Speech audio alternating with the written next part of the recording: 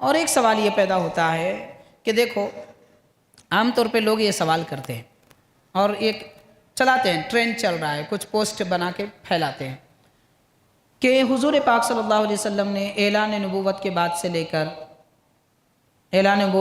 سے لے کر 23 سال تک حضور پاک صلی اللہ علیہ وسلم شہر مکہ اور مدینہ پاک میں رہے۔ یہ 23 سال میں ایک سال تو حضور میلاد منائے کیا؟ کتنے مرتبہ 12 ربیع الاول آیا؟ 23 مرتبہ آیا، تو 23 مرتبہ میں ایک بار تو کہیں ہے تو بتاؤ کہ 12 ربیع الاول کو حضور نے میلاد منایا ہو۔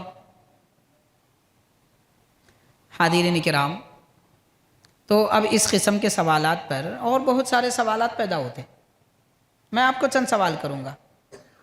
جو لوگ یہ کہتے ہیں کہ 12 ربیع الاول کو حضور نے میلاد منایا کیا؟ پورے 23 سال کے عرصے میں بتاؤ۔